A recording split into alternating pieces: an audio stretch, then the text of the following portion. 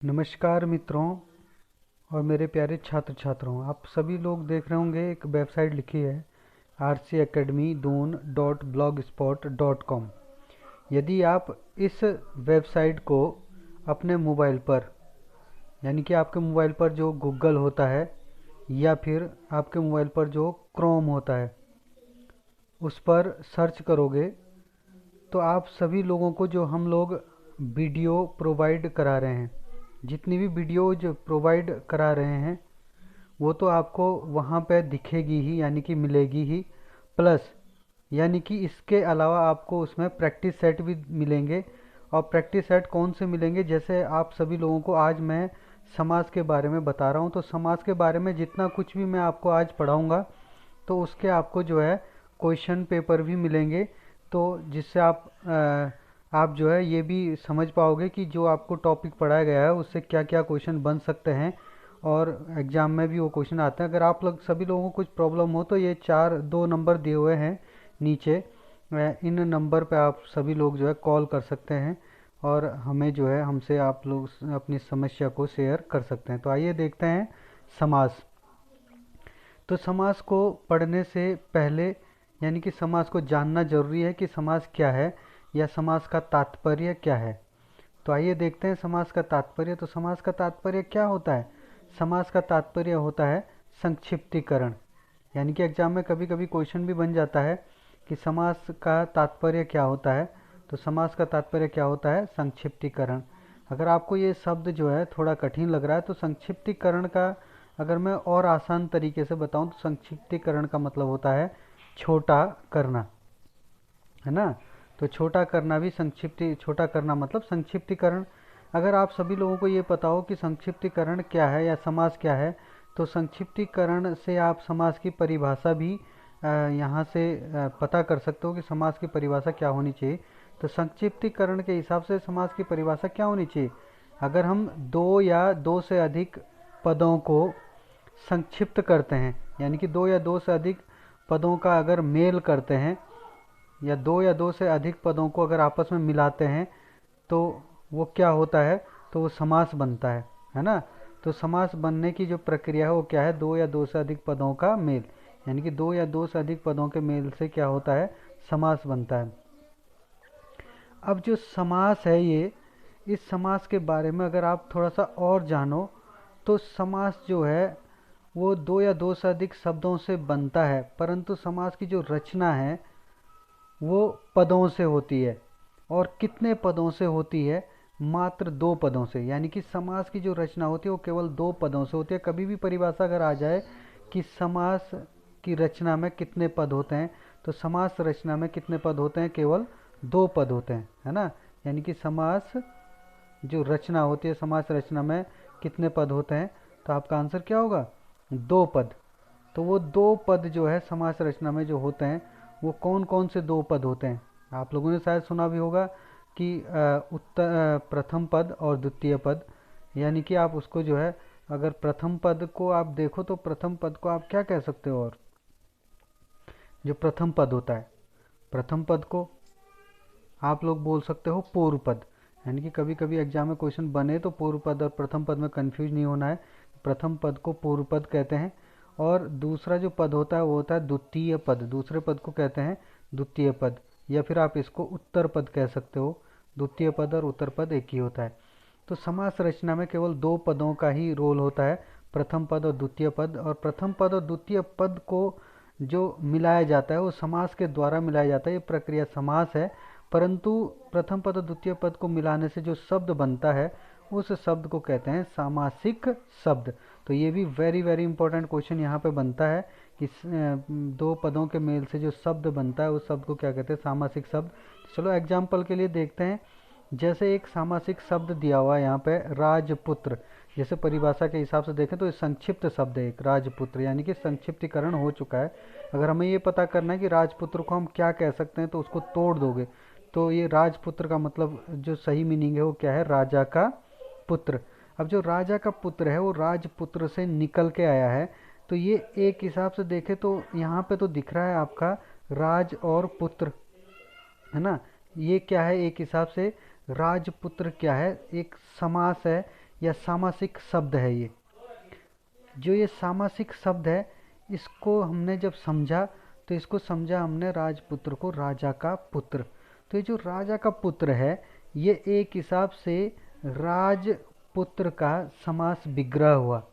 ये किसका? राजपुत्र का क्या है? एक समास विग्रह हुआ। समास विग्रह मतलब कि समास को क्या है, यानी कि सामासिक शब्द को खोल के देखना या तोड़ के देखना। इसमें क्या है कि हमें प्रथम पद का पता लगे कि प्रथम पद क्या है। इसमें जो हमने यहाँ पे पढ़े थे प्रथम पद और द्वितीय पद, इसमें प्रथम पद क्या है? तो जो ये राजा है, ये इसमें क्या है? राजा का पुत्र में प्रथम पद है राजपुत्र में, और राजपुत्र में जो द्वितीय पद है वो क्या है? पुत्र है। तो इस तरीके से प्रथम पद और द्वितीय पद का समास के पहचान में बहुत बड़ा रोल है। समास के जो अलग अलग जो समास के प्रकार होते हैं उनको समझने के लिए प्रथम पद और द्वितीय पद का बहुत बड़ा रोल होता है। और जो अगर आपके पास एग्जाम में क्वेश्चन बनते हैं कि समास के कितने भेद होते हैं, तो समास के जो भेद होते हैं, बहुत सारे बच्चों ने मेरे से क्वेश्चन भी पूछा था कि जो समास के भेद होते हैं सर, उसका आंसर कभी 6 होता है दिया हुआ, कभी इसका आंसर जो है 3 होता है दिया हुआ, और कभी इसका आंसर 4 होता है दिया हुआ। तो ये जो है हम इस चीज़ में कंफ्यूज है कि किसका आंसर क्या है। तो समास के भेद में चलो आइए देखते हैं कि जो समास के भेद में है कि 6 कब आंसर होता है, किस कंडीशन में आंसर 6 होता है, किस में 3 होता है, और किस कंडीशन में आंसर जो है 4 हो सकता है। तो वो समास के आप जब भेद पढ़ोगे तो ये क्वेश्चन भी 3 तरीके से बनता है। तो आप देखिए समास के भेद में जो ये 3 तरीके से क्वेश्चन बनते हैं वो क्या क्या क्वेश्चन हो सकते हैं। तो सबसे पहले आइए हम देखते हैं कि जो सबसे पहला है, जो सभी को पता होता है आसानी से, यानी कि मुख्य रूप से समास के कितने भेद होते हैं, ऐसा क्वेश्चन आपके पास बनता है। या फिर सिंपल क्वेश्चन बनेगा कि समास के कितने भेद होते हैं। तो आपका हमेशा आंसर क्या होगा अगर ये पूछता है कि समास के कितने भेद होते हैं, मुख्य रूप से कितने भेद होते हैं? 6 होता है। परंतु अगर आप देखो तो दूसरा क्वेश्चन आपके पास बनता है समास के भेद के लिए कि प्रयोग की दृष्टि से समास के कितने भेद होते हैं। अब प्रयोग की दृष्टि से समास के कितने भेद होते हैं, लोग इसका आंसर भी 6 ही लगा देते हैं, जो कि गलत है। और एक तीसरा क्वेश्चन इसमें प्रयोग की दृष्टि के अलावा बनता है पदों के आधार पर, या फिर आप इसको जो है क्या लिख सकते हो, पदों की प्रधानता के आधार पर समास के कितने भेद होते हैं।